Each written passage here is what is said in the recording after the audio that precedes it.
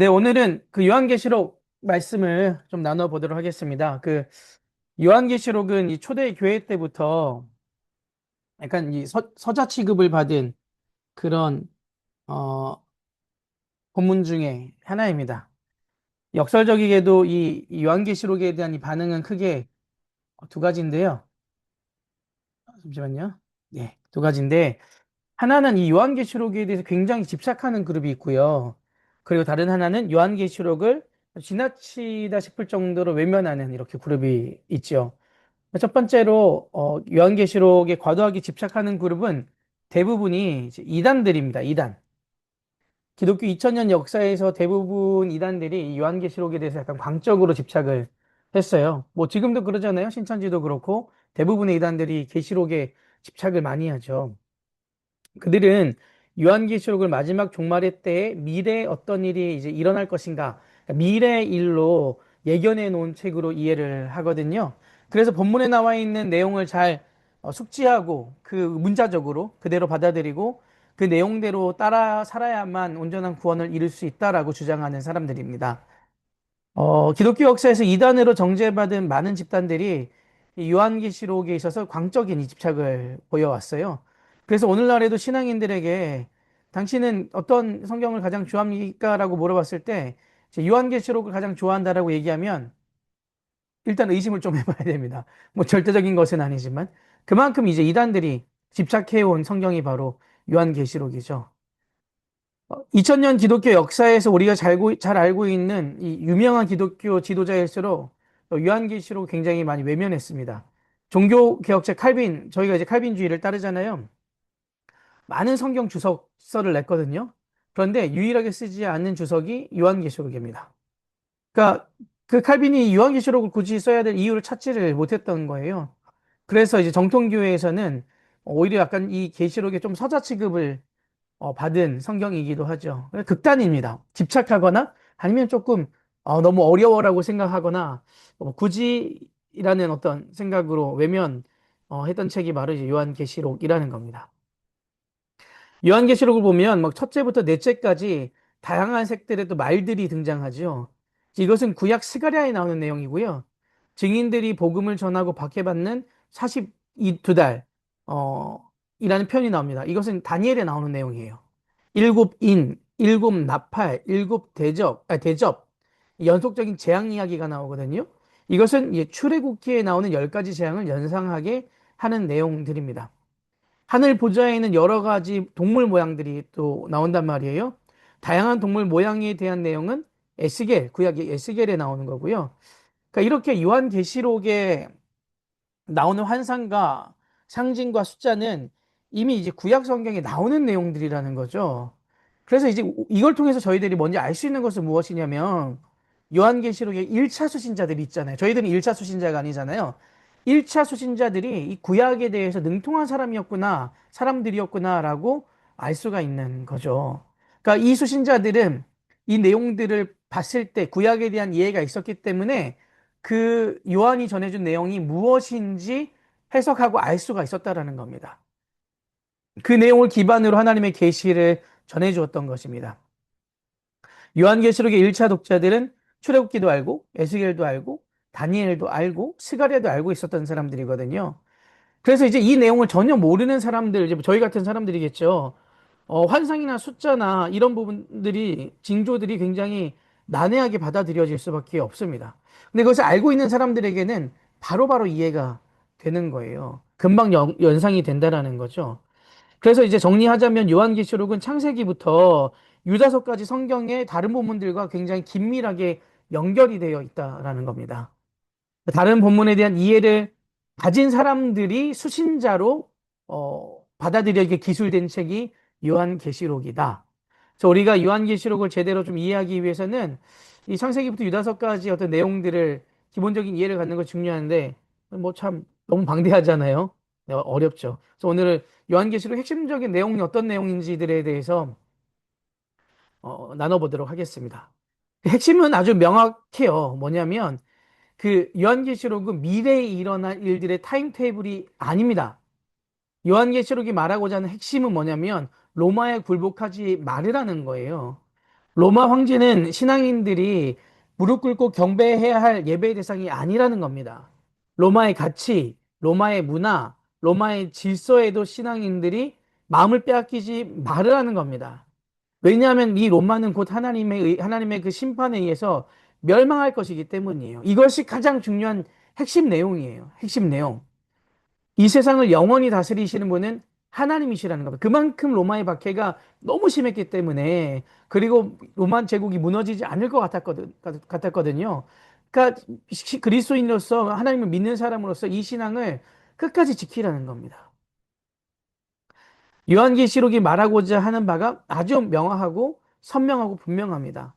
요한계시록이 가장 중요한 성경 구절이 18장 4절인데, 또 내가 들으니 하늘로부터 다른 음성이 나서 이르되, 내 백성아 거기서 나와 그의 죄에 참여하지 말고 그가 받을 재앙들을 받지 말라.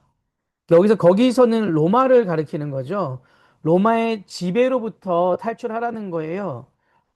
그 로마의 그 정신적인 지배로부터로도 탈출하라는 겁니다.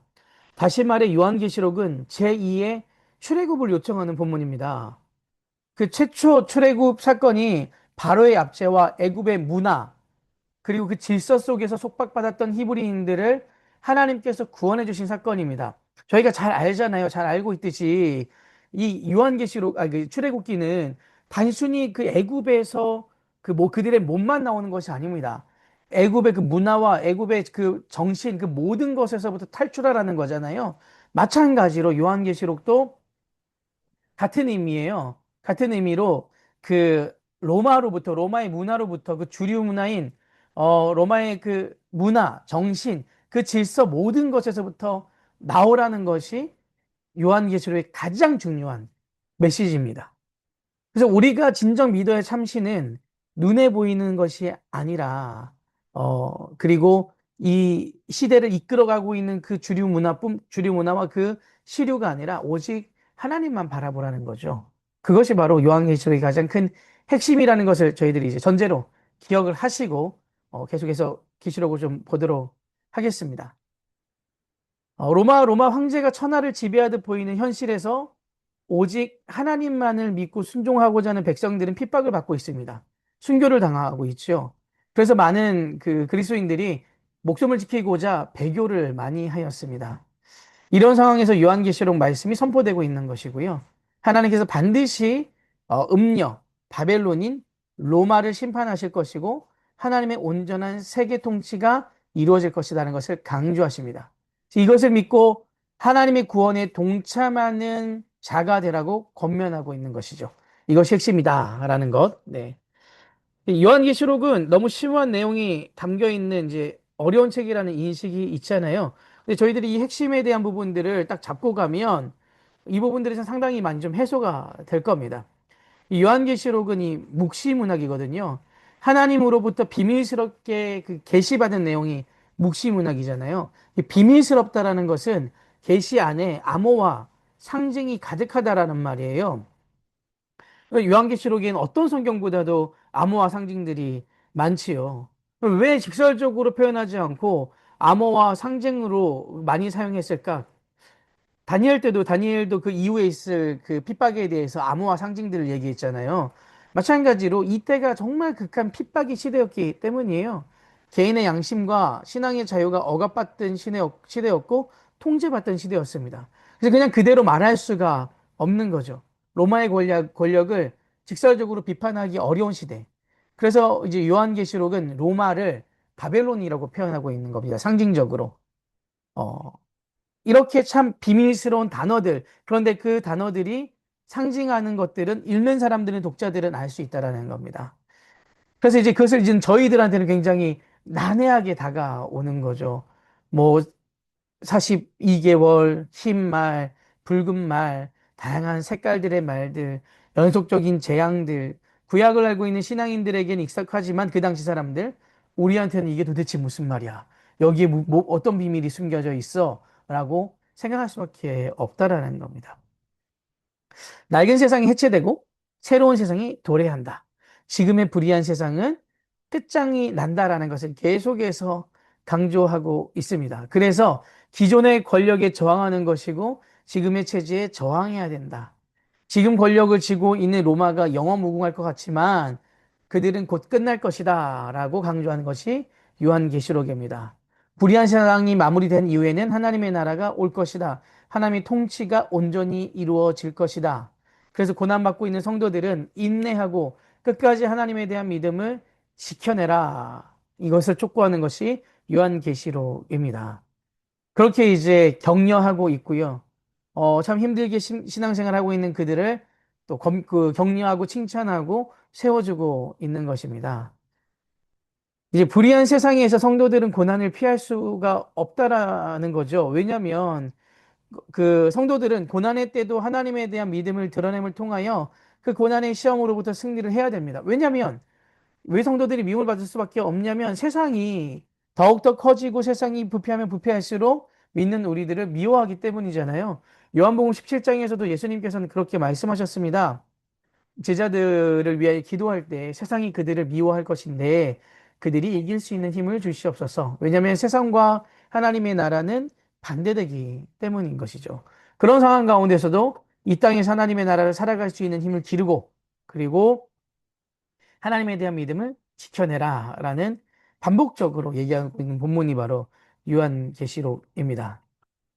요한계시록은 묵시문학이거든요. 묵시문학을 알기 위해서 묵시가 무엇인지 알아야 되잖아요. 구약에서도 이 묵시문학이 몇 군데 있습니다. 다니엘의 일부, 뭐한 9장부터 나오는 그 부분이고요.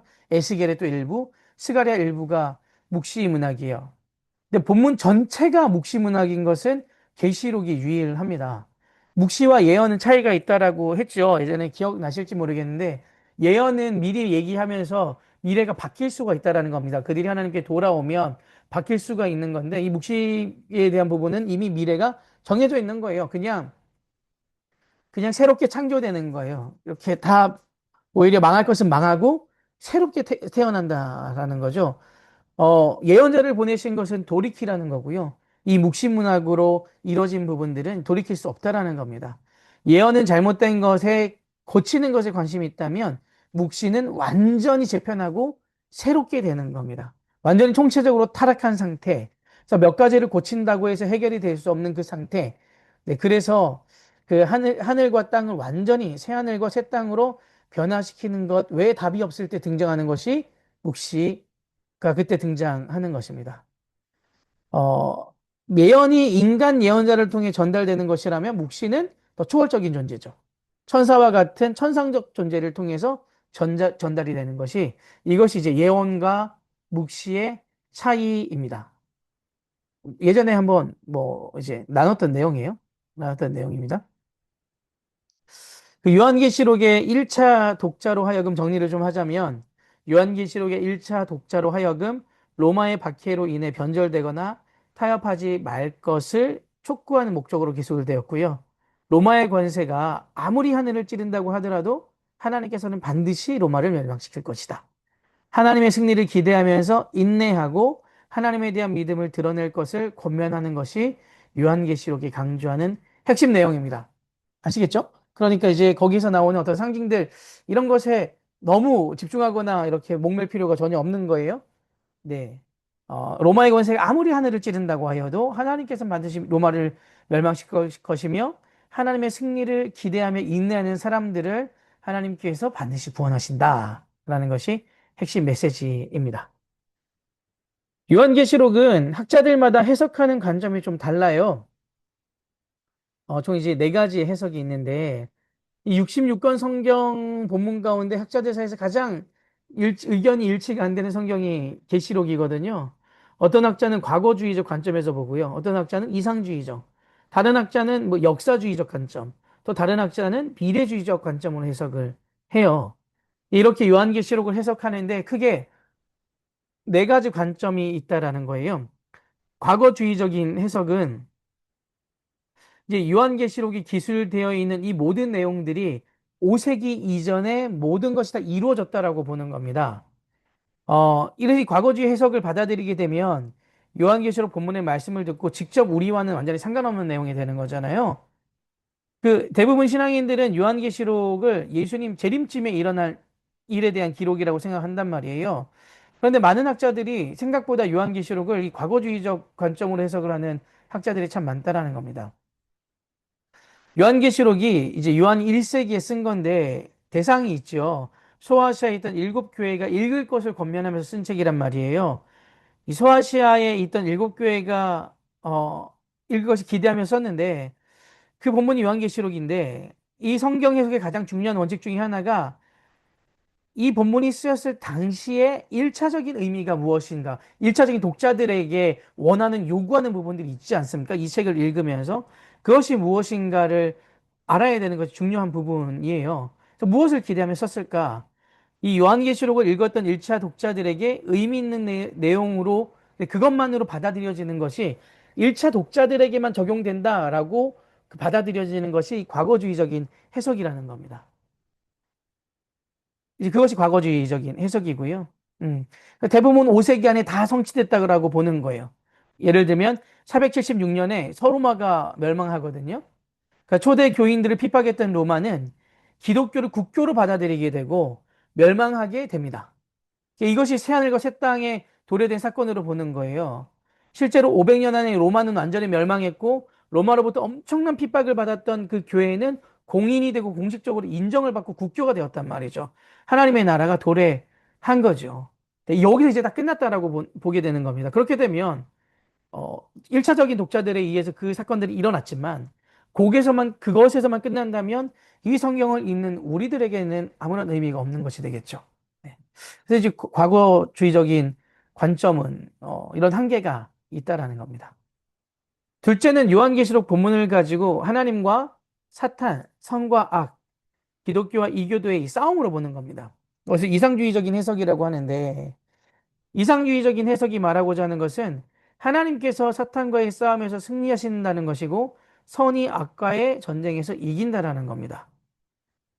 그 11세기부터 13세기까지 긴 기간 동안 십자군 전쟁이 일어났잖아요. 기독교와 이슬람 간의 전쟁이었습니다.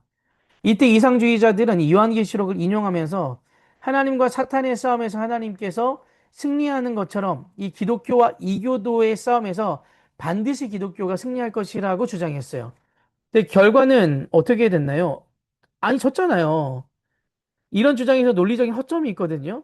하나님은 사탄과의 싸움에서 승리하시지만 그것이 항상 현실적인 종교에서 기독교가 승리한다라고 말할 수는 없는 겁니다. 왜냐하면 하나님과 지금 기독교와는 지금뿐만이 아니라 기독교와는 동일한 존재는 아니란 말이에요. 이게 무슨 말인지 설명을 드릴게요. 선과 악의 싸움에서 선이 이긴다라고 말할 수 있죠.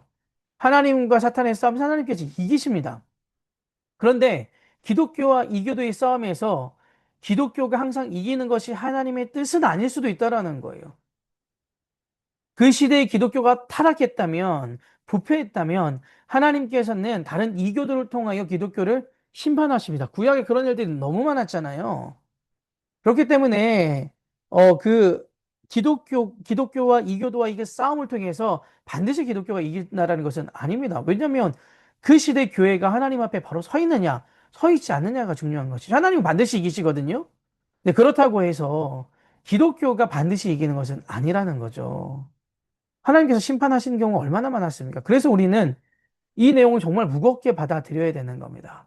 우리가 이 시대를 살아가고 있는 그리스도인으로서 내가 하나님 편에 서 있는가 그렇지 않느냐가 정말 중요합니다. 이래서 이상주의적인 해석은 현실 기독교를 정당하기 위해서 굉장히 위험한 논리로 악용이 될 수가 있다라는 거죠. 셋째는 역사주의적인 해석이거든요. 역사주의적인 해석은 이 요한계시록의 기술을 오순절 성령 강림부터 예수님께서 다시 오시는 재림의 때까지 일어날 것인가에 대해서 기술되어 있는 하나의 그 타임테이블로 보는 거예요. 시간적인 흐름 안에 있는 것으로. 그럼 매일 계속 질문할 수가 있겠죠. 그럼 지금 우리는 어느 시점에 와 있습니까? 이게 저희들이 굉장히 많이 하는 질문이고 해석이거든요. 지금 우리 시대가 요한계시록 1장에서 22장 가운데 어느 쯤에 해당하는지에 대한 관심을 많이 갖는 거죠. 그런데 이제 재밌는 것은 무엇이냐면 전부 다 지금이 마지막 때라고 해석을 한다라는 겁니다. 지금이 마지막 시대이기 때문에 자기 집단에서 말하는 것에 순종해야만 온전한 구원을 이룰 수 있다라는 식으로 사람들을 많이 현혹을 해요. 마지막 때. 그런 얘기 많이 들어보시지 않았습니까? 지금은 마지막 때다. 그런데 초기 초대교회부터 마지막 때라고 하였습니다. 그러니까 이 뭐 지금이 저희가 이제 마지막 때라고 생각하고 살아가야 되는 것은 맞지만 이 역사주의적인 관점은 네, 그렇게 해석해요. 그래서 여기서 이단들이 굉장히 많이 나오는 거예요. 그래서 본인들의 해석을 받아들여야 그 안에 그것이 진리라고 생각하고 참된 구원을 받을 수 있다라는 거죠. 그래서 요한계시록이 이단들에 의해서 가장 많이 네, 집착하고 그리고 오용되고 있는 성경입니다. 넷째는 미래주의적인 해석이에요. 뭐 사실 저희가 가장 많이 견지하고 있는 입장이거든요. 사장 1절 이하를 주님이 재림하기 직전 대환란 기간에 일어난 일들을 이제 기술해 놓은 것으로 보는 거예요. 미래주의적인 해석인데 이제 이렇게 되면 이제 앞으로 일어날 일만으로 생각하기 때문에 지금 우리에게 일어난 일과 직접적인 연관이 없게 되는 또 이런 오류가 발생하는 거죠. 지금 주님이 재림하지 않고 한참 이후에 재림한다고 한다면 이제 사장 1절 이하의 말씀은 미래에 일어날 일인 거예요. 사실 저희가 그렇게 생각하고 살아가고 있잖아요. 오늘 주님이 오실 것이라고도 생각하진 않잖아요. 그리고 때로는 내 세대에 주님께서 오실 것이라고 생각하지 않는단 말이에요. 나중에 먼 미래라고 생각하죠. 무의식적으로. 실제적으로 한번 생각해보면 그럴걸요? 저도 그렇고요. 예, 다시 강조하지만 요한계시록의 이 주제는 뭐냐면 지금 이 땅을 다스리는 것처럼 보이는 불의한 권세는 반드시 멸망하고 하나님께서 승리하신다. 따라서 불의한 권세에 무릎 꿇지 말으라는 것이 요한계시록의 강조점입니다. 과거에만 해당하거나 미래에만 해당하는 이야기가 아니라 지금 각자 시대에서 살고 있는 그 시대마다 하나님을 대적하는 세력들이 너무나 많을 텐데 그들에게 무릎을 꿇지 말고 그 당시엔 로마였죠. 그들에게 그 무릎을 꿇지 말고 우리들의 믿음을 끝까지 지켜내는 것. 그래서 이 땅에서 믿음을 지켜내면서 살아가는 그 사람들을 하나님께서 반드시 구원하신다라는 약속이 요한계시록의 핵심입니다. 1장 이제 4절을 보겠습니다. 1장 4절 함께 읽겠습니다. 1장 4절입니다. 시작. 요한은 아시아에 있는 일곱 교회에 편지하노니 요한계시록에는 일곱이라는 숫자가 많이 나와요. 일곱 교회 하나님의 그 뭐 일곱 영들, 일곱 사자, 일곱 인, 일곱 나팔, 일곱 대접 등입니다. 근데 저희가 구약할 때 그 완전수에 대해서 얘기 나눈 적이 있었잖아요. 일곱이라는 수는 완전수거든요. 그렇기 때문에 이것을 해석할 때 일곱 교회라고 하는 것은 이 땅에 있는 모든 교회를 얘기하는 거예요. 그 당시에 소아시아 일곱 교회가 속하였지만 그 일곱 교회는 상징적입니다. 이 땅에 있는 모든 교회를 말하는 완전수로서 일곱이 사용되고 있습니다. 12절과 13절을 보면 예수님은 지상교회 생명을 감독하시는 분이시거든요. 일곱 금초대는 그리스도께서 돌보시고 계신 일곱 교회를 상징하고 일곱 별, 일곱 교회의 사자들을 가리킵니다. 그러니까 예수님께서 일곱 교회를 돌보고 계신다라는 말은 지상 모든 교회를 예수님께서 돌보고 계신다라는 뜻입니다. 그러니까 일곱은 어떤 뜻이라고요? 완전수. 일곱 교회가 갖고 있는 것은 온 모든 교회들을 의미한다. 네. 2장과 3장은 소아시아 일곱 교회에 보내는 편지가 나오는데 각각 편지는 뭐뭐 하신 이가 그것을 말씀하신다로 서론을 시작하는데 이제 이것을 사자 어투라고 말하거든요. 사자 어투라는 말은 하나님의 말씀을 대신 전하는 사자들, 네, 사자들의 특징이 그렇다는 것입니다. 여호와께서 이르시되 이런 그 구약의 하나님 말씀을 대언하는 그런 어 그 사람들의 말을 했던 일반적인 그 방식이 요한계시록 2장과 3장에 그대로 나오는 거예요. 그래서 그 주요 부분이 나는 알고 있다로 시작해서 지금 그 교회 현재 상황에 대해서 긍정하거나 책망하는 내용이 나오고 후에는 회개하는 내용이 나오는 거죠. 그래서 이 2장 3장에서 나오는 일곱 교회는 지상에 존재하는 모든 교회를 가리킨다고 말씀드렸죠. 에베소, 서모나, 버가모, 두아디라, 사데, 빌라델비아, 라오디기아 이 교회는 기독교 2000년 역사에서 늘 존재했던 교회들입니다. 일곱 교회 가운데 어떤 칭찬도 받지 못하고 책망만 받았던 라오디아 교회도 있죠. 칭찬만 받은 서머나 교회와 빌라델비아 교회도 있습니다. 그리고 나머지 네 교회처럼 칭찬 받을 것도 있고 책망 받을 것도 있는 교회들이 있죠. 그러니까 이 일곱 교회가 모두가 우리 오늘날 우리 교회와도 매우 닮아 있다라는 거예요. 대부분 교회는 칭찬 받을 것도 있고 책망 받을 것도 있지요. 소수이지만 서머나 교회랑 빌라델비아 교회처럼 칭찬만 받는 교회들도 있어요. 반대로 라우디아 교회처럼 책망만 받는 교회도 있고요. 그래서 이제 우리들이 속해 있는 교회가 어떤 교회의 모습을 담고 있는지 다시 성찰하고 돌이켜야 이제 해야 되는 것이고요. 정말 좀 재밌는 것은 뭐냐면 역설적이게도 칭찬만 받았던 서머나 교회와 빌라델비아 교회는 외형적으로 너무나 가난하고 가진 것이 없는 교회였다라는 사실이에요. 칭찬만 받았던 교회인 서머나와 빌라델비아 교회는 외형적으로는 참 연약한 교회였습니다. 그런데 그 교회는 칭찬만 받았던 교회. 그러니까 저희가 외형적으로 봤을 때는 마치 하나님의 복을 받지 못한 교회로 인식되어 있는데 아니요, 하나님의 평가는 그렇지 않았다라는 거예요.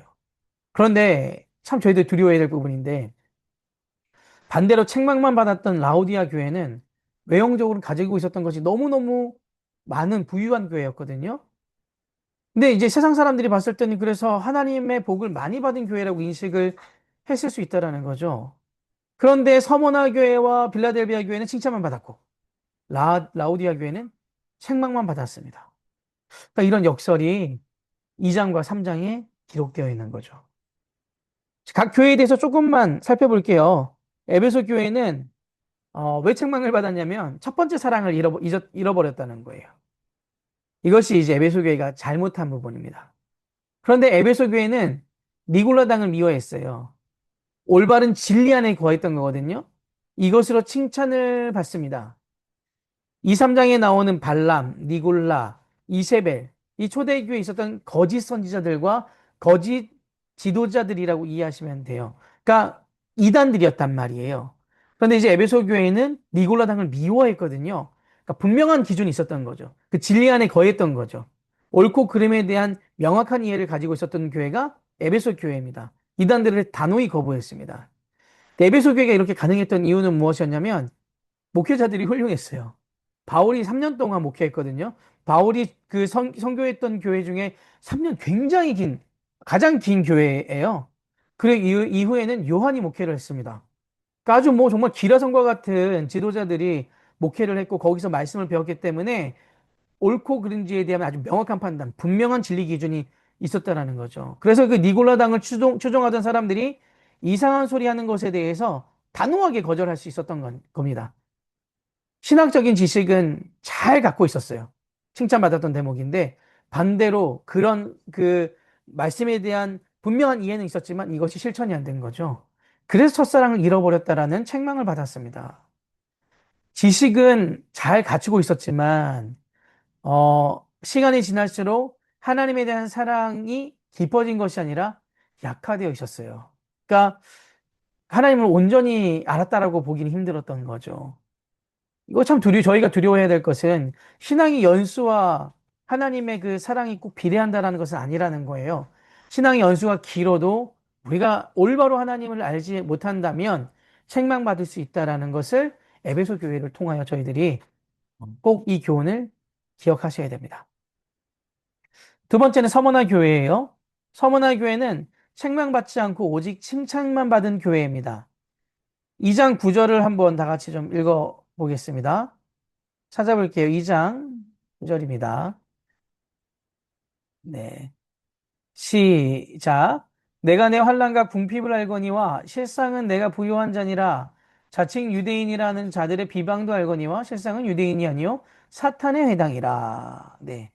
유대인들이 모이는 회당을 사탄의 회당이라고 얘기해요. 이런 표현을 보면 이제 초대교회와 이 유대교 사이의 관계를 저희들이 좀 추측할 수 있는 거죠. 초대교인들이 바라볼 때 유대인들이 모여있는 회당은 이미 사탄의 회당이 되어버렸습니다. 근데 서만한 교회는 환난과 궁핍을 한다라고 했어요. 그런데 실상은 너희들이 부요한 자라는 거죠. 너무나 큰 칭찬이지 않습니까? 네. 일단 유대교는 초대교회를 굉장히 핍박했습니다. 왜냐하면 그 유대교는 로마로부터 공식된 종교라고 인정을 받았거든요. 그렇기 때문에 유대인들이 이 황제 숭배에서 좀 제외가 됐어요. 면제를 받았어요. 그러니까 황제 숭배를 하지 않으면서도 하나님을 믿을 수 있었단 말이고 이들에게는 큰 핍박이 없죠. 유대인들에게는, 유대교 사람들에게는. 그런데 그래서 이것 때문에 기독교인들은 인정을 받지 못했잖아요. 그 황제 숭배에 대한 것을 강요받았단 말이에요. 그러니까 그 예수 그리스도교 그러니까 그 기독교인들은 그것을 받아들일 수가 없는 거예요. 그 엄청난 핍박을 받았는데 이 핍박을 면하기 위해서 유대교를 개종한 사례들이 자꾸 생겼어요. 이것에 대해서 요한은 신랄하게 비판하고 있는 것입니다. 그래서 유대인의 회당을 사탄의 회당이라고 얘기하고 있는 거죠. 저희들이 히브리서 말씀 나눌 때 얘기했었잖아요. 히브리서가 아주 단호하게 기록하고 있는 이유가 유대교로 다시 개종하고 있는 사람들, 그들을 아주 가장 심각한 죄로 보고 배교한 사람들은 구원을 받지 못할 것이다는 아주 강한 어조로 얘기하는 것이 이런 배경이 있기 때문이에요. 사탄의 회당이라고 얘기하면서 역개종을 막기 위하여 이렇게 아주 강한 표현을 사용한 것이었습니다. 10절 말씀도 같이 읽어볼게요. 2장 10절 말씀이에요. 시작. 너는 장차 받을 고난을 두려워하지 말라. 볼지어다 마귀가 장차 너희 가운데서 몇 사람을 옥에 던져 시험을 받게 하리니 너희가 10일 동안 환난을 받으리라. 내가 죽도록 충성하라. 그리하면 내가 생명의 간을 내게 주리라. 제 서만한 교회는 칭찬만 받은 교회입니다. 그런데 칭찬만 받은 교회에도 장차 고난이 임하게 된다는 거예요.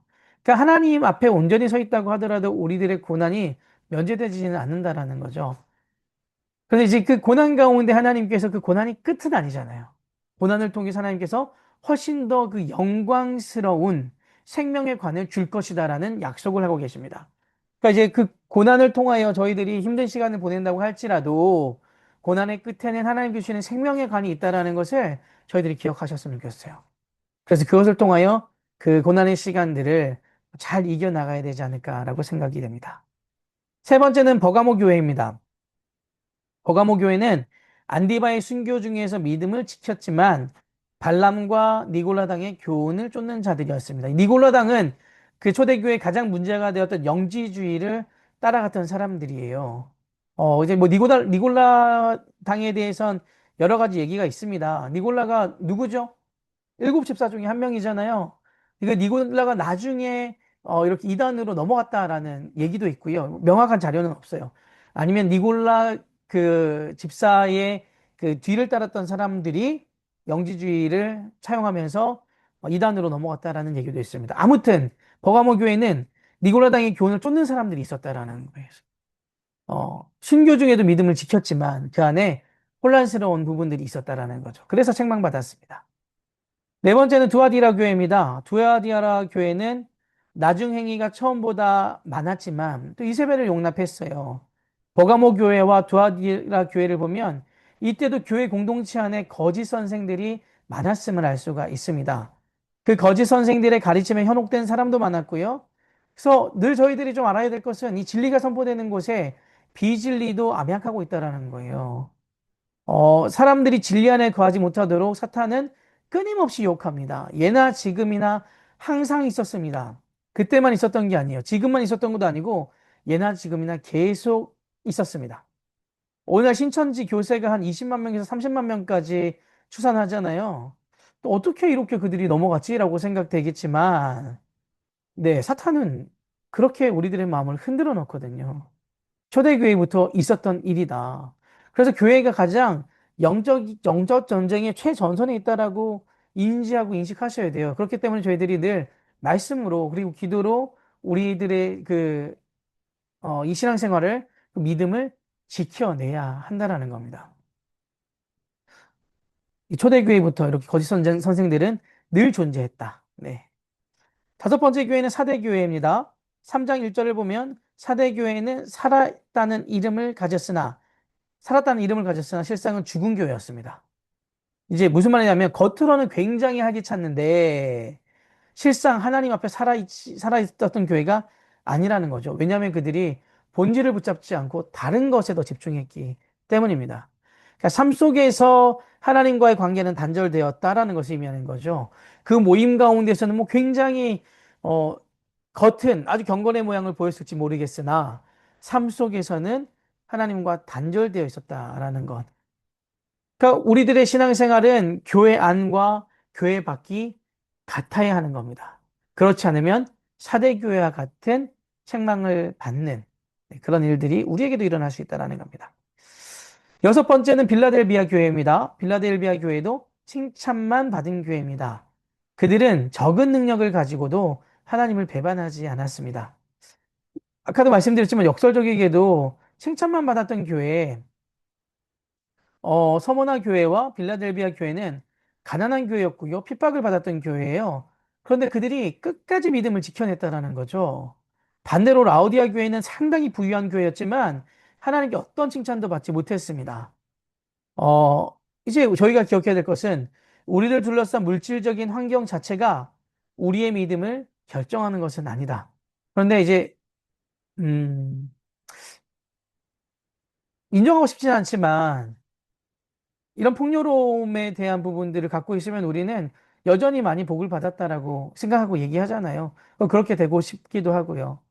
그런데 참 오늘 우리가 말씀을 나누면서 느끼는 좀 기억해야 될 부분들은 예, 하나님의 뜻이 어디 있고 근데 하나님께서 보시는 관점은 정말 다를 수 있다라는 것을 꼭 인지하셔야 될 것 같습니다. 저도 마찬가지고요. 마지막으로 라우디아 교회는 칭찬은 전혀 없고 책망만 받은 교회였어요. 그들이 받은 책망은 뭐죠? 차지도 않고 덥지도 않은 교회였다. 하나님을 잘 믿는 것도 아니고, 그리고 부인하는 것도 아니고, 뜨겁게 사랑하는 것도 아니고, 아닌 것도, 사랑하지 않는 것도 아니고, 아주 어정쩡했다라는 거죠. 그러니까, 어떤 것일까요? 나를 위한 신앙생활을 했던 교회라고 볼 수가 있을 것 같습니다. 네. 하나님을 믿는 그 믿음은 계속 유지하면서, 하나님에 대한 어떤 그 사랑보다도 그냥 자기를 위한 신앙생활로 살아갔던 그 교회가 바로 교회였고요. 이 라오디게아 교회는 책망만 받았습니다. 이 일곱 교회에 대해서 좀 간단하게 좀 설명을 나눴습니다. 이 일곱 교회가 어떤 교회라고요? 네, 모든 세계에 있는 교회의 모습들이 이 교회 안에 다 있다라는 겁니다. 요한계시록 2장과 3장에서는 고난과 핍박의 때에 신앙을 저버리지 말고 끝까지 인내하고 충성할 것을 고면합니다. 4장에서는 그렇게 권면하게 된 이유를 밝히고 있어요. 왜 성도들이 인내해야 하는가? 끝까지 하나님에 대한 충성을 드러내야 하는지에 대한 이유를 설명하고 있습니다. 그 이유가 무엇이냐면 영원 무궁할 것 같던 로마 제국이 곧 하나님의 심판을 받고 끝난다라는 거예요. 그러니까 하나님의 영원한 승리가 눈앞에 있다라는 겁니다. 그래서 조금만 더 참아라. 조금만 더 인내해라. 이 충성을 끝까지 유지하고 지켜내야 한다라고 권면하고 있는 겁니다. 4장 이하의 내용들이 2장, 3장에서 교회에게 그렇게 권면하게 된 이유와 근거라고 생각하시면 되는 거예요. 4장을 보면 이제 여기서부터 이제 상징적인 존재들과 그 내용들이 나오죠. 하나님의 보좌 주위에 24장로들의 보좌가 있습니다. 그리고 에스겔에 나오는 사자, 송아지, 사람, 독수리 등의 네 생물이 보좌에 앉은 이에게 경배를 드리는 모습이 나와요. 이제 요한계시록 전체에 걸친 중요한 구조를 발견하게 되는데 요한계시록은 천지상호 구조를 가지고 있어요. 뭐 기억하지 않으셔도 돼요. 천지상호 구조. 어떤 거냐면 2장과 3장에서는 땅의 현실을 보여주고요. 4장과 5장에서는 하늘의 모습을 보여줍니다. 6장에서는 다시 땅의 현실을 보여줘요. 이처럼 계시록은 하늘과 땅이 계속해서 교차하면서 등장해요.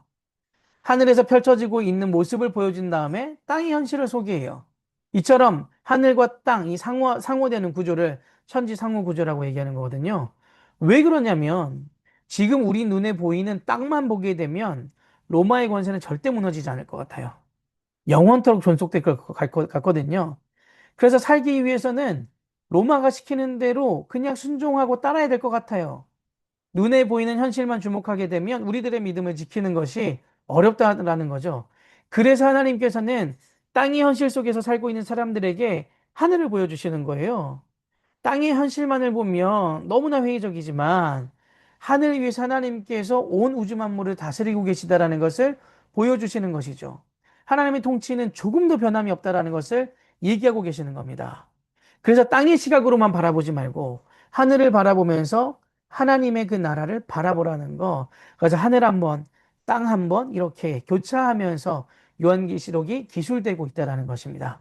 이런 특징을 갖고 있다라는 거예요. 전체적인 구조를 보면. 네, 5장을 보면요. 보좌에 앉으신 성부의 오른손에 일곱 인으로 봉한 책이 등장이 나옵니다. 어, 굉장히 이제 머리가 아파지죠. 여기서부터. 이 책에는 마지막 때 어떤 사건들이 펼쳐지는가에 대한 내용이 기록되어 있거든요. 근데 그 책을 보기 위해서는 그 인이죠. 도장으로 딱 찍혀 있는 이거를 이 인을 떼내야 되는 거예요. 근데 아무나 그 인을 뗄 수는 없어요. 오직 6장을 보면 어린 양만이 그 인을 뗄 수 있다라는 겁니다. 6장에서 첫 번째부터 여섯째 번째까지 인이 떼지거든요. 그래서 그 인을 하나하나씩 뗄 때마다 그 안에 있는 내용들을 보게 되는 겁니다. 여기 나와 있는 일곱 인이라고 하는 것은 이제 그리스도의 재림까지 점점 더 두려움이 증가되는 뗄 때마다 파국의 서문이라고 보시면 되거든요. 그 묵시 문학적인 그 네 명의 말탄자가 등장하는데 스가리아에 나오는 표현들이에요. 흰말, 붉은말, 검정말, 청황색 말 연이어서 등장하는데 이것은 로마 제국의 그 지배로 인해서 벌어지고 있는 외적인 전쟁, 그리고 내적인 전쟁, 기근, 전염병으로부터의 죽음을 의미하는 겁니다. 그러니까 요한계시록을 보면서 여기에 나오는 각 말의 의미가 사실 무슨 의미인지 상세하게 알 필요는 없어요. 그러니까 핵심은 로마 제국의 통치로부터 너무나 많은 사람들이 핍박을 받고 괴롭고 울부짖고 있느냐는 겁니다. 그것을 주목하면 되거든요. 이것이 출애굽 사건과 동일한 거죠. 출애굽 사건이 어떻게 시작됐나요? 애굽에 의해서 너무너무 많이 핍박을 받고 있는 히브리인들의 울부짖음으로부터 시작됐단 말이에요. 그 기도를 하나님께서 들으셨잖아요. 마찬가지 그런 내용입니다. 이 로마의 핍박이 얼마나 극에 달했는지 그것을 하나하나씩 인을 떼면서부터 알게 되는 겁니다. 그 내용들을. 그 다섯 번째 인을 떼었을 때 순교자의 수가 짧은 기간 안에 채워질 것을 그런 말을 듣게 돼요. 무슨 뜻이냐면 많은 사람들이 로마 제국으로부터 순교를 당했잖아요. 이 순교자의 수가 채워질까라는 것은 곧 로마의 통치가 끝났다라는 것을 의미하는 겁니다. 하나님의 때까지 곧 올 것이다. 그리고 여섯 번째 인을 떼었을 때 온 우주가 흔들리게 된다. 완전히 총체적으로 파국의 전조 현상이 일어나는 것. 이제 중요한 것이 이제 일곱 번째 인인데 이것을 떼었을 때 긴 침묵 후에 일곱 나팔의 환상이 뒤따릅니다. 제가 내용 말씀드리는 거 이렇게 크게 기억하지 않으셔도 돼요. 이런 내용으로 그냥 구성이 되어 있다라는 거예요. 네. 무슨 의미냐면 로마 제국의 통치로 인하여 많은 사람들이 신음하고 있는 건데 하나님께서 그것을 심판하신다라는 내용입니다. 심판하신다라는 내용. 이 로마 제국을 치기 시작하면서 일어난 그 재앙들이 연이어 등장하는데 뭐 일곱 인이 있고 일곱 나팔이 있고 일곱 대접이 있는 것인데 이것이 총 합쳐지면 21개. 그 21개의 재앙들이 연속으로 이어진다라는 거예요. 그러니까 이게 이제 순환 구조로 되어 있습니다. 그렇기 때문에 이 내용들은 사실 이 내용들에 대한 그 해석들이나 그런 것들은 크게 중요한 것이 아니에요. 하나님께서 그 핍박받고 너무나 힘든 그 상황 속에 있는 하나님 백성들에게 하늘의 모습을 보여주면서 인내하고 기다려라. 이 재앙이 로마 제국에 임할 것이다. 라는 이 내용이 상징적이고 그리고 구약의 내용들을 계속 인용해서 계시록에 반복적으로 기록되어 있는 거죠. 그래서 이제 이 하나하나 문자적인 부분에 저희들이 너무 마음을 뺏길 필요도 없고요. 의미를 부여할 필요도 없습니다. 예. 그렇게 되면 이제 여기에 우리들의 마음을 흔들릴 이유가 없는 거죠. 요걸 가지고 문자적으로 해석을 하면 막 그럴듯해 보이거든요. 아, 그래서 해석을 잘하는구나. 이러면서 이제 그 성경을 막 신천지가 해석하는 방식이 우리 옛날에 불렀던 노래잖아요. 원숭이 엉덩이는 빨개. 그 원숭이 엉덩이가 빨간 게 마지막에 백두산까지 가서 막 비행기까지 가나요? 그렇게 하지 않습니까? 그럼 어처구니가 없는 구조인데 하나하나씩 보면 막 그럴싸해 보이거든요. 아닙니다. 그러니까 문자적인 그대로 이 요한계시록을 바라볼 필요가 없다. 예. 제가 오늘 얘기해 주는 것, 그냥 요 정도로 그냥 잘 이해가 안 돼도 그 정도로만 받아들이시면 됩니다. 하지만 그래도 조금 더 볼게요. 요한계시록에서 가장 주목받는 부분이 7장에 나오는 구원받은 자들의 숫자입니다. 우리도 관심이 많죠? 사절을 보면 입맞은 자들이 이스라엘 중에서 14만 4천 명이라고 말하거든요. 한국교회 대표적인 이단 지금 신천지인데 다 전도관에서부터, 박태선 전도관에서부터 나왔잖아요. 거기서 14만 4천 명이라는 숫자를 굉장히 강조하거든요. 14만 4천 명 안에 들어야 한다라고 전도를 해요. 그런 구원로, 선착순 준비 시작해서 14만 4천 안에 들어와야 돼! 라는 뭐 어처구니 없는 구원론을 펼치는 건데, 그런데 14만 4천 명이 넘어버리면 20만 명, 30만 명이 넘으면 어떻게 해요? 그렇죠? 그때 그들이 또 펼치는 논리와 그 방어가 있습니다. 그때는 뭐라고 얘기했냐면 참 신자와 거짓 선지자가 거짓 신자가 구별이 될 텐데 우리는 참 신자로 14만 4천 안에 들어가야 한다라고 훨씬 더 그 높은 헌신도를 강요하게 되는 거죠. 과도한 충성 경쟁을 부추기는 겁니다. 네. 신천지에서는 24만 4천 명은 하나님 나라에서 목자로서의 역할을 하는 제사장의 수로 보고 있어요. 9절 이하에 나오는 각 민족과 족속으로부터 오는 많은 무리를 구원받은 일반 성도라고도 주장하거든요. 14만 4천 명 안에 들어야 한다는 것은 이후에 하나님 나라에서 성도들을 목회하는 제사장이 되어야 된다는 의미로 해석을 하는데, 아, 그러면 우리나라 사람만 전부 다 제사장인가요? 아니잖아요. 그러니까 정말 어처구니 없는 말이죠. 근데 여기서 말하는 14만 4천을 학자들은 어떻게 보고 있냐면요. 14만 4천 명은 12지파 곱하기 12,000명을 한 숫자입니다. 12,000명이란 숫자를 나누면 12 곱하기 1000이잖아요. 네, 10의 배수입니다. 여기서 얘기하는 12와 10이라는 숫자는 완전수예요. 예수님의 제자가 12명이잖아요. 완전수입니다. 12. 10도 완전수예요. 히브리인들이 얘기한 완전수에 들어가요. 7도 그렇죠. 그래서 그 70인역도 마찬가지잖아요. 여기서 사용된 12, 10 모두가 완전수입니다. 그렇기 때문에 이것은 무슨 의미냐면 14만 4천 명은 이스라엘 공동체와 세계 만민 가운데서 하나님의 백성 모두가 구원을 받는다는 의미입니다. 완전하게 모두가 하나님의 백성들, 끝까지 그 믿음을 지키는 사람들 14만 4천 명이 아니라 하나님께서 모든 사람들을 구원하신다라는 거예요. 하나님을 믿고 변하지 않는 끝까지 하나님 편에 서 있는 사람들 모두를 구원하신다. 하나님의 백성은 한 사람도 남기지 않고 구원을 하신다라는 것을 상징하는 수가 14만 4천 명입니다. 14만 4천 명만이 아닙니다. 물리적인 숫자로 이해를 해서는 안 된다라는 거예요. 요한계시록에서는 각 지파마다 12,000명의 사람들이 구원을 받는다라고 얘기하거든요. 한번 이제 구약의 이스라엘 백성들을 얘기로 한번 해보면은 각 지파마다 인구 조사를 했을 때 달라요. 네, 유다 지파는 7만 명이었고요. 시므온 지파는 2만 명입니다. 그러면 유다 지파가 더 구원받기 힘들지 않나요? 네. 이렇게 되는 얘기거든요. 말도 안 되는 이야기죠. 상징적인 숫자인데 그 의미는 모든 사람들이다. 하나님을 믿는 하나님의 백성 모든 사람을 의미하는 겁니다.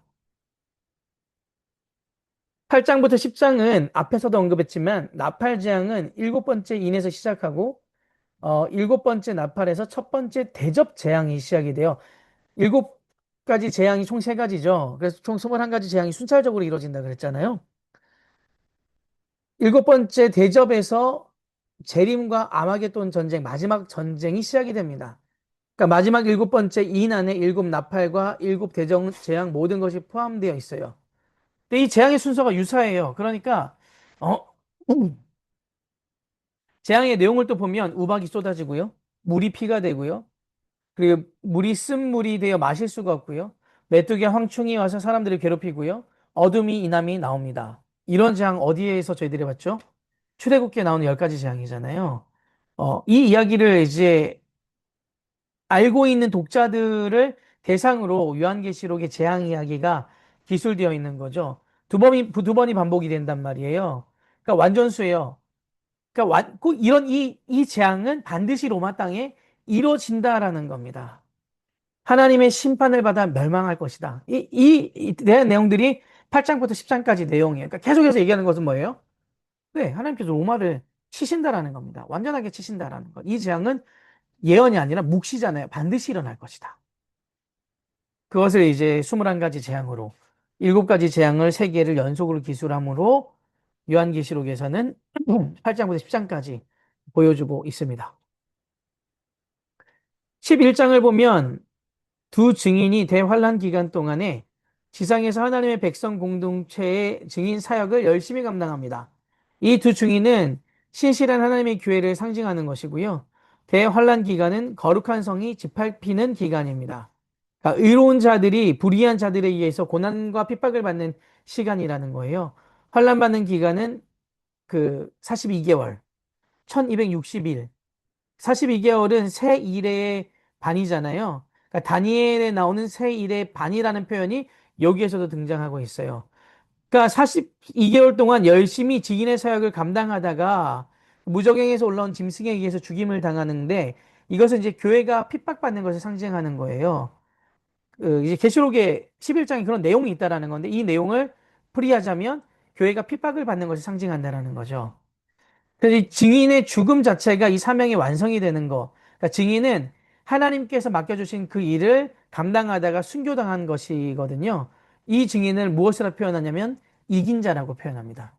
신천지에서는 이 이긴 자를 이만희라고 얘기하죠. 이만희가 곧 못 이기고 죽을 것 같아요. 지금 신천지가 내부가 엄청 대혼란 상태라 그러더라고요. 근데 이제 서로 이제 나눠 먹기가 시작이 됐고 그들의 이제 본성이 이제 드러나고 있죠. 그래서 이제는 교회가 좀 전략을 바꿔야 되는데요.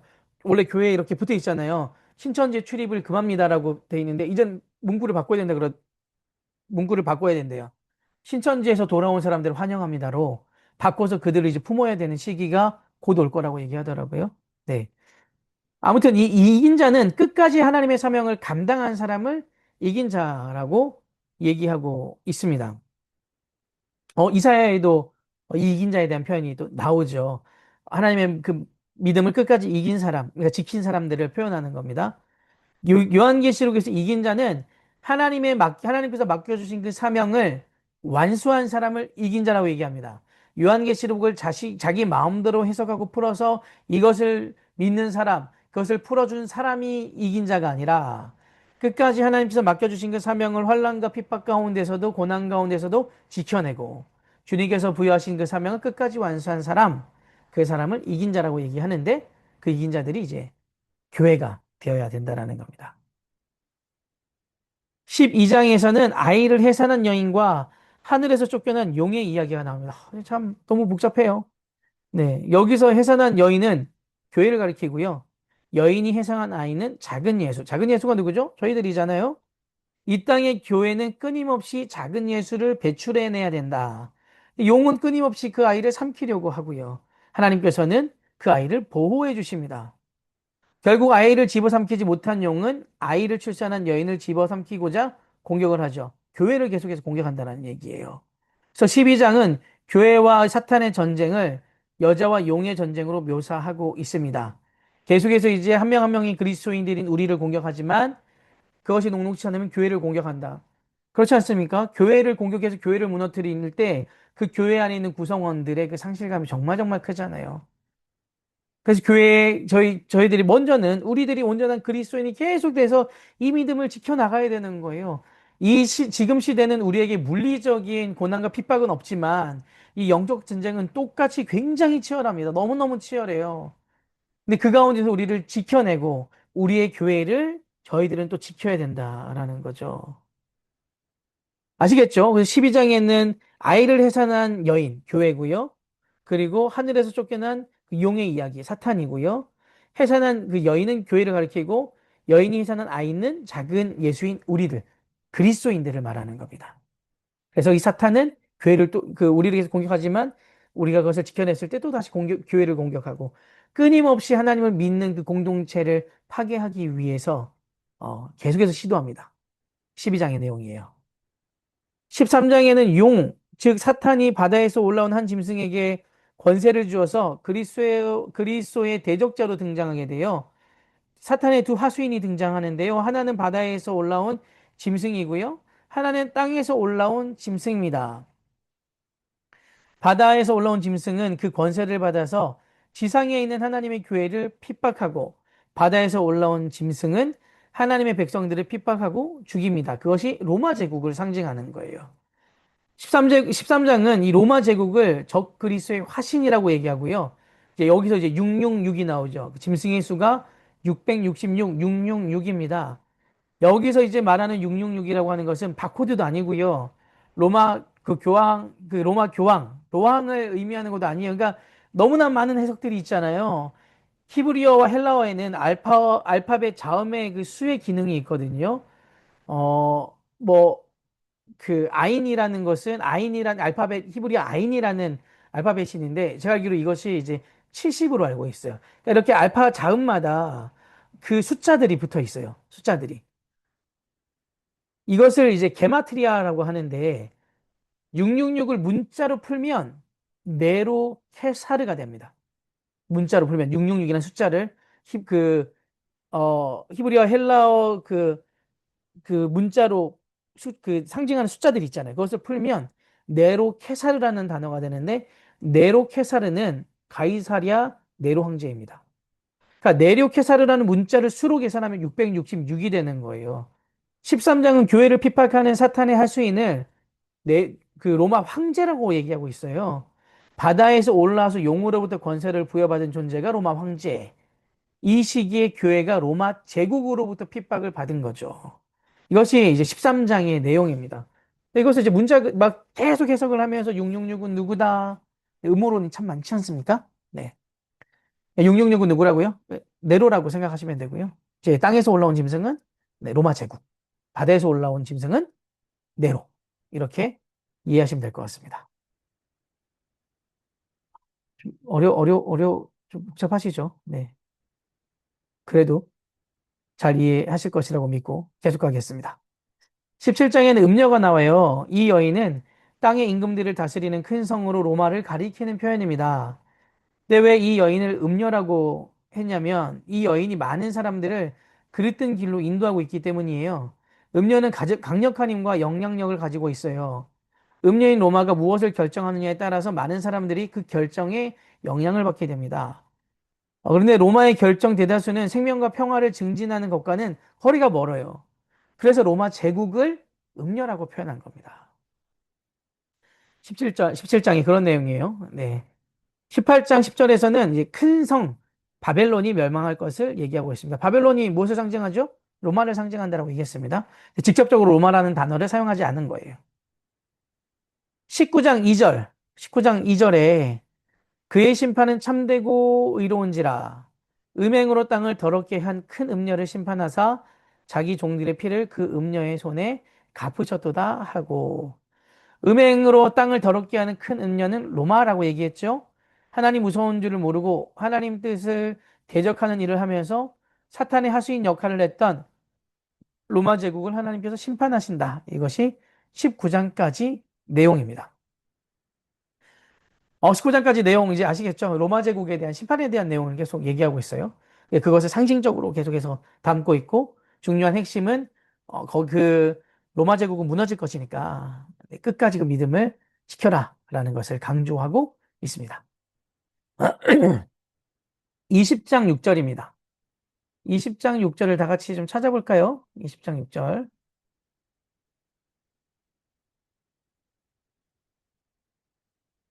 20장 6절 같이 읽겠습니다. 시작. 이 첫째 부활에 참여하는 자들은 복이 있고 거룩하도다.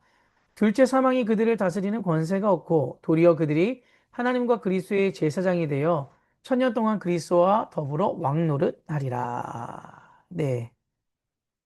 하나님에 대한 신앙을 지켰던 사람들이 예수 그리스도와 함께 천년 동안 왕노릇을 한다는 사실을 우리에게 알려주는데 문제는 천년 왕국과 주님의 재림 시점을 어떻게 볼 것인가 하는 것입니다. 이제 여기서 이제 저희들이 한 번씩 들어봤을 거예요. 전천년설, 후천년설, 무천년설이라는 그 단어들을 이제 한 번씩 다 들어보셨을 겁니다. 이제 먼저 후천년설을 얘기하면 후천년설은 천년 왕국 후에 예수님의 재림이 일어난다고 보는 거예요. 그러니까 무슨 말이냐면 전 세계가 기독교로 다 개종함으로써 시작된 오랜 황금 시대를 천년 왕국으로 보는 거예요. 그러니까 후천년설을 그, 견지하는 사람들의 입장에서는 이 중세 시대가 천년 왕국의 때라고 보는 겁니다. 유럽에 있는 모든 국가들이 그 당시에 다 기독교였잖아요. 기독교 신앙을 받아들이고 교황이라고 하는 존재가 절대적인 권력을 행세해야 했던 그 시기를 천년왕국의 시기로 생각을 한 거죠. 그러니까 각 나라와 민족이 기독교 신앙으로 개종하게 되면 이 땅 자체가 하나님의 나라가 되는 것과 같습니다. 이러한 천년왕국 이후에 주님께서 재림하신다라고 보는 것이 후천연설이에요. 네, 뭐꼭 기억하지는 않으셔도 됩니다. 무천년설은 우리가 생각하는 그런 물리적인 천년왕국은 없다라는 거예요. 회복된 이스라엘과 이방 민족들에 대한 이 천년이라는 기간 동안 이 문자적인 그리스도의 통치가 아니라 대신 성부 하나님 보좌 우편에 앉아 계시면서 지금도 통치하고 계시는 그리스도의 영적 통치의 기간으로 이 천년을 보는 겁니다. 무천년설은 이제 우리가 상상하는 이 지상에서 천년 그 왕국이 이루어지는 것을 인정하지 않아요. 주님께서 승천하신 이후에 지금도 하나님과 온 우주 만물을 다스리고 계신 것을 천년 왕국으로 이해하는 겁니다. 이 주님의 영적인 통치로 천년 왕국으로 이해를 하는 거예요. 저희 이제 통합책이 이 문천년설에 대한 입장을 갖고 있죠. 네. 전천년설은 천년 왕국 이전에 주님께서 먼저 재림하신다라는 거예요. 아직까지 천년 왕국은 오지 않았다라는 거고요. 그리고 예수님께서 재림하시고 나서 주님께서 그 하나님, 그 예수님의 자녀, 그 백성들과 함께, 천년 동안 이 땅을 다스린다라고 보는 겁니다. 그리고 천년왕국 마지막 시점에서 그 사탄의 반란이 있을 것이고, 이 반역이 진압된 이후에 하나님의 영원한 세계가 일어날 것이다. 이것이 전천년설이라는 거예요. 그러니까 천년왕국은 아직 오지 않았어요. 그 전천년설에서는 예수님께서 재림하신 그 이후부터 물리적인 천년이라는 기간이 있을 것이고, 이 마지막 시점에는 치열한 사탄과의 전쟁이 있을 것이다. 이것이 전천년설이에요. 이제 무천년설은 지금 이 시대도 영적으로 천년왕국이 살아가고 있는 시대라고 보는 것이고요. 이 전천년설, 후천년설, 무천년설이라는 이 단어가 나온 그 배경이, 계시록 20장, 천년왕국에 대한 그 부분이 기록되어 있기 때문에 나온 그 이론이에요. 20장에서 그런 내용이 있다라는 겁니다. 뭐 꼭 자세하게 기억을 하지 않으셔도 좋습니다. 그래야 목회자들이 또 한 번 설명할 수 있지 않겠습니까? 네. 21장에서는 새 하늘과 새 땅에 대한 부분이 나옵니다. 참 좋은 얘기인데 신천지가 너무 많이 가져가 버렸어요. 1절을 보면 새 하늘과 새 땅에 바다가 다시 있지 아니하리라 라는 표현이 나오죠. 성경의 거대한 그 이 원시바다 창세기 때 저희가 잠시 나눴던 적이 있었는데 바다라는 이것은 하나님을 대적하는 세력을 상징하거든요. 그래서 이 21장 1절의 새 하늘과 새 땅에는 바다가 다시 있지 아니할 것이다라고 말하고 있는 것은 하나님을 대적하는 모든 세력들이 진압되었다라는 것을 의미합니다. 그리고 이 중요한 부분인데 새 예루살렘을 수식하는 단어가 나오는데 거룩한 성 예루살렘. 요한계시록에서 우리가 주목해야 될 것이 이거예요. 하나님의 심판을 받아 멸망당하는 바벨론을 수식하는 단어가 바로 큰 성 바벨론, 큰 성 바벨론입니다. 하늘로부터 내려오는 새 예루살렘을 수식하는 단어는 거룩한 성 예루살렘, 거룩한 성, 큰 성과 거룩한 성. 로마 제국의 가치와 하나님의 나라 가치가 충돌하는 지점이에요. 로마 제국은 크고 거대하고 화려한 것을 중요하게 여기고요. 그러나 하나님께서는 단 한 번도 이 땅에 있는 교회를 향해서 큰 교회가 되라, 거대한 교회가 되라, 화려한 교회가 되라라고 요청하신 적이 없습니다. 하나님께서는 어떤 교회가 되라고 말씀하시죠? 거룩한 교회가 되라. 요한계시록에서 하나님의 심판을 받아 멸망하는 바벨론을 수식하는 단어가 큰 성, 예루살렘을 말하는 성은 거룩한 성입니다. 그래서 저는 정성진 목사님의 통찰력이 정말 너무너무 대단하다라고 생각이 드는 게 그 목사님이 항상 그런 말씀 저희들에게도 하시고 교인들에게도 많이 말씀하셨잖아요. 본인이 목회하면서 이 교회가 큰 교회로 세우고 싶었던 마음이 전혀 없었더라고. 근데 교회가 커졌다는 거예요. 그러면서 정성진 목사님의 그 너무나 그 정확한 인식이 있었습니다. 제가 판단하기엔 그런데 제가 감히 평가할 수 있는 그런 분은 아니시지만 어, 교회가 커졌다는 것은 하나님께서 이 교회를 통해 하실 일이 있는 거다. 그렇기 때문에 우리는 정말 이 하나님께서 하실 일들을 감당하기 위해서 발버둥을 쳐야 된다. 늘 말씀하셨잖아요. 10,000명 교회 하나보다 300명 교회로 쪼개는 게 훨씬 더 건강하다고. 그러니까 정말 대단한 통찰력입니다. 제가 우리 교회를 정말 좋아하고 사랑하는 이유도 바로 그런 부분이죠. 큰 교회지만 큰 교회를 추구하는 것이 아니라 거룩한 성을 추구한, 그래서 거룩한 빛 광성교회인가요? 네, 거룩한 성을 추구하는 교회잖아요. 로마가 추구했던 것은 크고 거대한 거. 하지만 하나님께서 말씀하신 것은 너희가 크고 거대한 것을 하는 것이 아니라 거룩함을 추구하라는 것이었습니다. 거룩한 성. 저희들이 지켜야 될 기치가 바로 이겁니다. 하나님의 그 거룩함을 지켜내는 것. 크고 더 많은 것을, 이것을 누리는 것이 아니라 하나님께서 말씀하신 거룩함이 무엇인지를 우리들이 찾아내고 나아가는 것. 그것이 바로 요한계시록을 읽으면서 저희들이 가장 중요하게 여겨야 될 부분입니다. 그래서 우리들의 믿음을 끝까지 지켜야 되는 거예요. 끝까지. 그렇기 때문에 말씀 이제 마지막으로 정리하고 있는 건데 지금 이 시대를 살아가고 있는 저희들이 물리적인 핍박과 고난을 받고 있지는 않지만 저희들은 늘 갈등과 고민과 이 선택의 기로에 서 있는 것 같아요. 끊임없이 우리는 세상에서 더 많은 것을 사실 소유하고 싶죠. 갖고 싶죠. 그 나쁜 것이라고 볼 수 있는 것은 아니지요. 근데 그것이 주가 되어서는 안 된다라고 계속해서 성경은 말하고 있습니다. 우리가 지켜야 될 것은 무엇이냐면 이 시대 가운데 우리들의 마음을 빼앗기지 않는 거. 여러 번 말씀드리지만 야고보서에서 말하는 경건이 그거잖아요. 고아와 과부를 돌보는 것과 이 세상에 물들지 아니하는 것이다. 저희들이 지켜내야 될 것은 이 세상에 물들지 아니하고 거룩한 성으로서의 그 삶을 살아내는 것.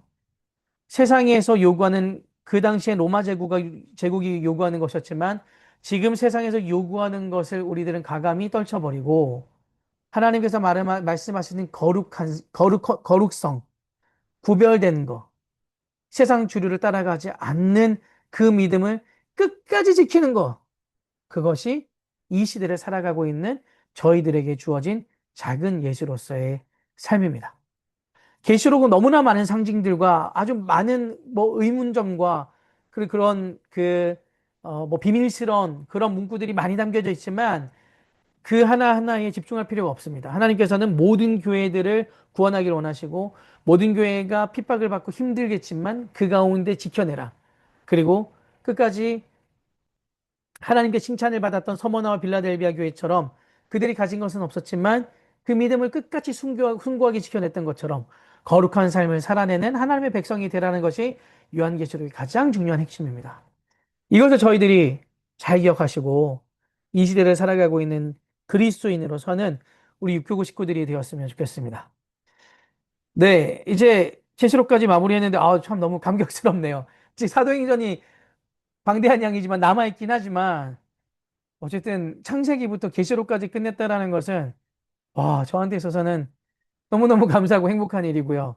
그리고 이 시간까지 끝까지 같이 해주신 우리 교구 식구들에게 너무너무 고맙습니다.